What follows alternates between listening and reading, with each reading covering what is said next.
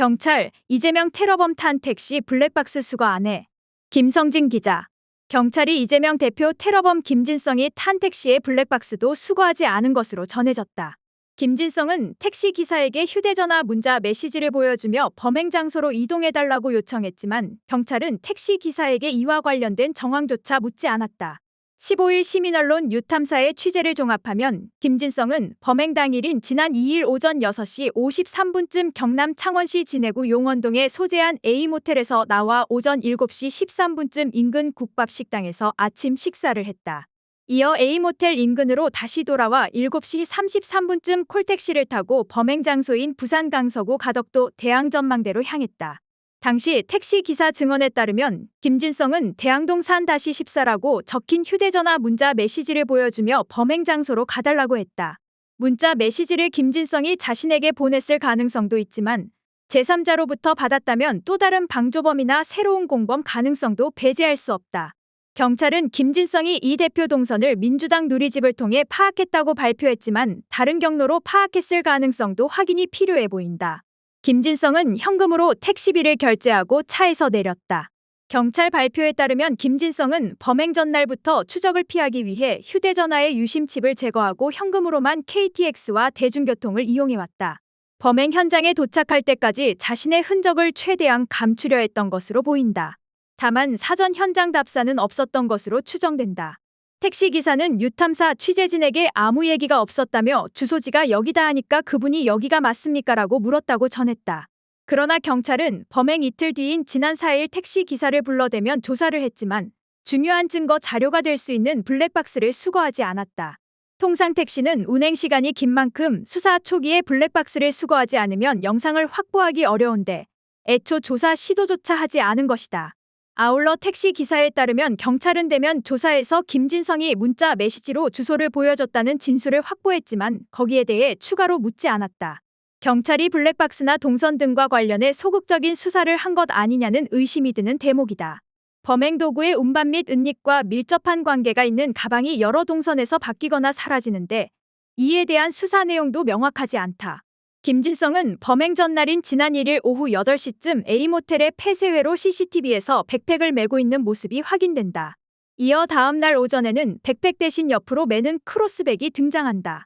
김진성이 식사를 했던 국밥식당의 종업원은 유탐사 취재진에게 옆으로 매는 가방을 하고 왔다고 했고 택시기사도 조그마한 가방을 소지했다고 말했다. 이후 범행 당시에는 가방이 보이지 않는다. 하지만 범행 동구의 운반 및 은닉을 가능하게 한 가방 행적과 관련한 경찰의 명확한 설명은 없다. 경찰은 지난 10일 김진성을 검찰에 송치하면서 가진 수사 결과 브리핑에서 이번 범행 이전 따라다니는 동안 흉기를 가방 안에 가지고 있었다고 밝혔지만 제대로 된 설명이라고 보기 어렵다. 경찰의 수사 축소 은폐, 부실 수사 의혹은 점점 커지고 있다. 이는 경찰이 자초한 측면이 크다고 할 수 있다. 경찰은 제1야당 대표에 대한 정치 테러 사건임에도 범인의 신상을 공개하지 않고 있다. 또한 범행의 배경과 밀접한 관련이 있는 당적, 종교 등 개인정보를 일체 공개하지 않고 범인의 범행 동기를 분석할 수 있는 이른바 변명문 내용도 일부만 공개함으로써 스스로 의혹을 키웠다.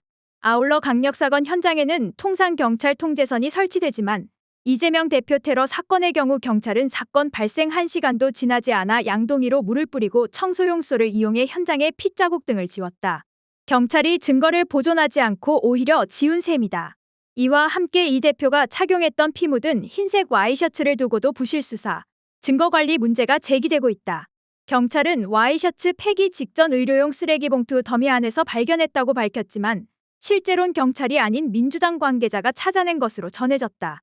와이셔츠도 최초 응급처치가 이뤄진 부산대병원이 아닌 경남 진주시 의료 폐기물 처리 업체에서 발견돼 의혹만 커졌다. 그러나 여당은 재수사나 국정조사 등으로 사안이 확대되는 것을 막기 위해 관련 의혹을 사전에 차단하고 정치 프레임화하는 모습이다. 일종의 수사 가이드 라인이기도 하다. 국민의힘 한동훈 비상대책위원장은 15일 국회에서 비상대책위원회의를 열고 민주당은 이재명 대표 피습 사건과 관련해서 희한한 음모론들을 이어가고 있다며 이 상황을 출구 전략으로 이용하려고 하는 것 같은데 지지자들을 결집시키고 위기에서 탈출하려는 비이성적 음모론을 그만두길 요청한다고 했다.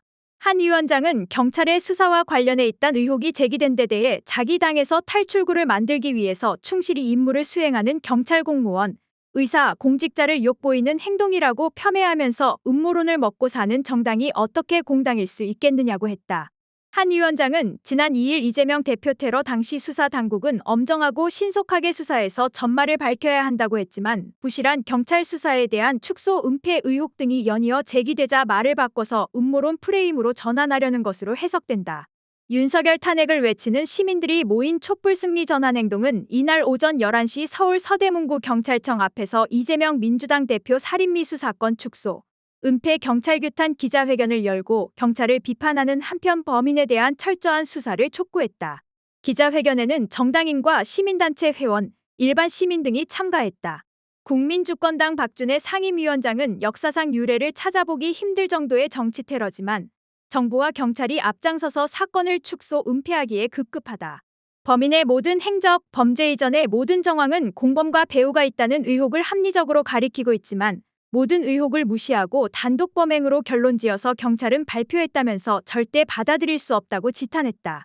이어 지금도 증거, 의혹들이 하나둘씩 감춰지고 지워질 수 있다면서 국회는 국정조사를 실시해서 정부와 경찰의 부당하고 비합리적인 행태를 조사해야 한다고 했다. 촛불행동 구봉기 공동대표는 경찰을 향해 당신들이 이대로 이 사건을 뭉개려고 한다면 결국 역사는 경찰들이 다시 독재 권위주의 정권이 들어서자 정권의 개가 되고 말았다고 기록할 것이라고 질타했다. 그는 이번 사건은 개인의 문제가 아니고 민주당만의 문제도 아니다. 민주주의 그 자체에 대한 파괴 행위라며 야당 정치권과 시민사회단체, 깨어있는 시민이 모두 모여서 대책위를 꾸리자. 한 점 의혹도 없이 사건을 해결해서 우리가 좋아하고 응원하는 정치인들이 시민 대중을 무서워하지 않고 우리 곁으로 가까이 나오도록 민주주의를 지켜내자고 외쳤다. 민생경제연구소 안진걸 소장은 경찰 발표를 믿지 못하겠다. 배후나 공범이 있을 거라고 추정하고 의혹을 제기하는 게 정당하다며 더 나아가 직접적인 암살 미수범은 아니지만 암살 미수범에게 수없이 많은 악영향 주고 신호를 주고 불법 부당한 행동을 부추긴 윤석열, 김건희, 한동훈 정권과 그들을 비호하는 세력들의 잘못에 대해서도 규탄하고 엄중한 성찰을 요구하는 것도 중요하다고 말했다. 안 소장은 그자의 배후와 범행 동기와 암살 미수 배경을 알 수 있는 변명문을 공개하지 않는 게 말이 되나. 변명문을 봐야 올바른 판단을 할 수 있고 말도 안 되는 끔찍한 의식들이 어떻게 잉태되고 왜곡됐는지 우리 사회가 분석해서 그것을 퇴치할 수 있다며 지금이라도 경찰은 그의 신상과 당적, 변명문을 공개해야 한다고 했다. 또 이미 여러 협조를 받은 정황이 나와 있는데 공범과 배후에 대해서 철저히 수사해야 한다며 이것이 주권자 국민들의 최소한의 요구라고 했다. 이날 촛불행동은 기자회견을 마친 뒤 윤익은 경찰청장에게 공개질의서를 보냈다.